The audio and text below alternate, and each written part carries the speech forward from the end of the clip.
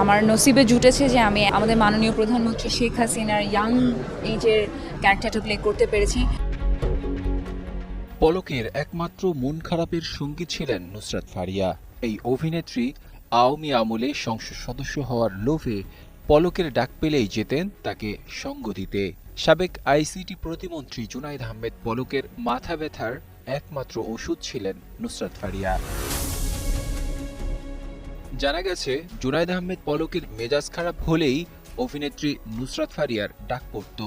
নুসরাত ফারিয়ার ফিটনেসের প্রতি তার ছিল অন্যরকম আকর্ষণ। ঢাকাই সিনেমার এই আলোচিত নায়িকা হযরত শাহজালাল আন্তর্জাতিক বিমানবন্দর থেকে আটক হয়েছেন।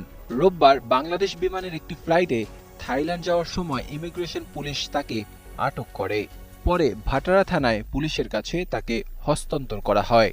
একটি সূত্র বলছে, পলকের সহায়তায় নুসরাত ফারিয়া শেখ মুজিবুর রহমানের বায়োপিক মুজিব একটি জাতির রূপকার সিনেমায় শেখ হাসিনার চরিত্রে অভিনয় করার সুযোগ পান, যা তার কেরিয়ারের অন্যতম অর্জন। এর পাশাপাশি গুঞ্জন রয়েছে যে পলকের সহযোগিতায় নুসরাত ফারিয়া আওয়ামী লীগের প্রভাবশালী নেতাদের সাথে ওঠা বসা করতেন।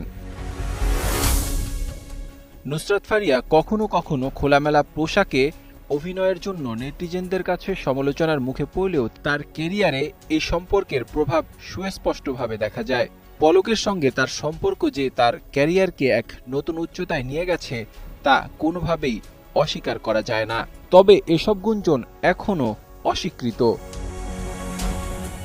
হাসিনা পালানোর পর নুসরাত ফারিয়া সামাজিকভাবে চাপে পড়েছিলেন।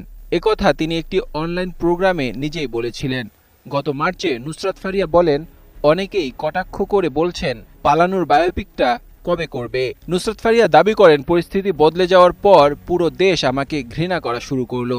আমরা সবাই জানি দেশে কি হয়েছে, কিন্তু এজন্য কোনো শিল্পীকে দোষারোপ করা ঠিক নয়।